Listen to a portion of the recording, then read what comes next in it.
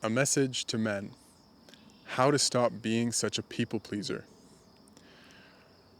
All my life, I had been someone who was just giving to other people. When someone asked me to do something, I would say yes. As a kid, I would let the other kids go first. I would play small. I would try to make the other kids think that I was cool, right? I would perform. As a teenager in high school, I was always trying to win over the girls, right? Trying to impress them, make them like me. This continued into university. I'd always try to impress my professors, my teachers, the people around me.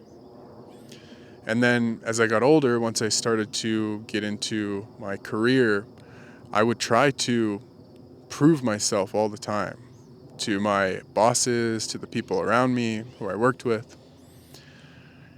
And ultimately, I was trying to gain their approval.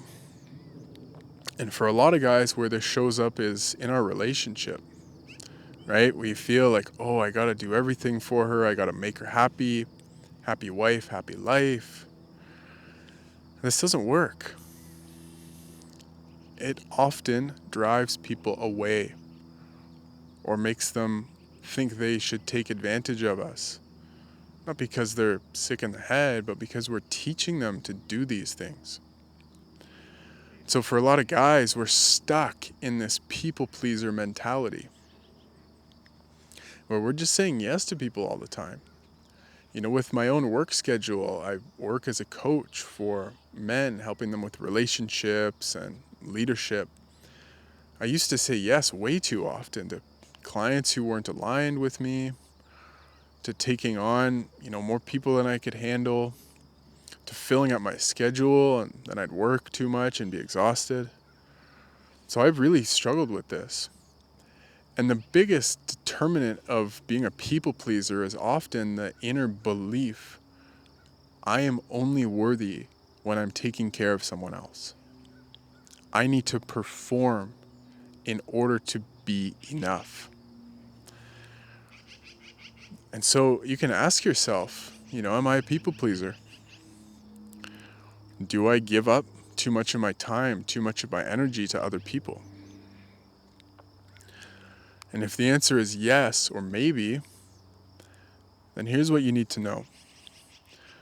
A lot of us learned in childhood, even from as young as being a baby, that our needs were not worthy. Right? Maybe we were bullied and no one was there to take care of us. No one was there to say, hey, that wasn't fair. Or maybe we were shamed by someone, right? We did a bad job on something, or we got in trouble and got in a lot of trouble for it. And nobody was really there to say, like, hey, you're okay, you just made a mistake. It might have been as kids, we had an emotional tantrum and our parents just said, don't you dare act like that again. Right? And we felt shame. Oh, my emotional needs are not worthy. My needs are not important. And these may seem like, oh, why does it matter? It's from the past.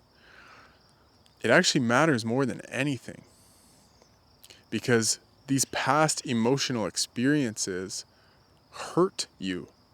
They caused you to end up feeling that your emotions were not important and that other people's emotions were more important than your own. And this is my story as well.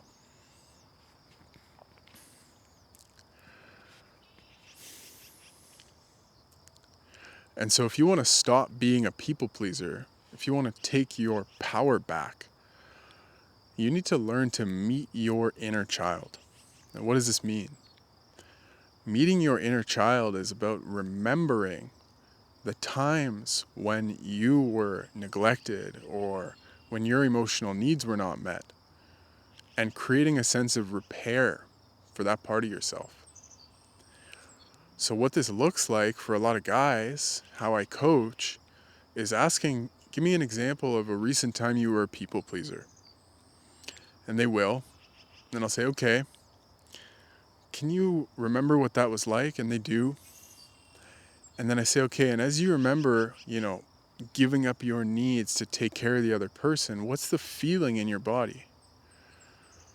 And often it's shame or tension or discomfort or fear. And as we get to know that sensation, that feeling, often it starts to bring you back right into a childhood memory of the same thing happening. This works. The more you get acquainted with that feeling in your body, the more you start to notice it coming up all the time in your life. And so the work then is to create repair around that feeling. And it's to teach that part of you that people pleases, that gives up your emotional needs. You don't have to do that. It's safe to feel this. I'm sorry that happened. That wasn't fair. You deserve to feel worthy of love and attention and being taken care of. And as we start to learn this and teach the inner child a new story, everything starts to change. For me, it was like a switch had been flipped where my boundaries started to get a lot better. I was able to say no to people more. I didn't feel so responsible for their emotional needs all the time.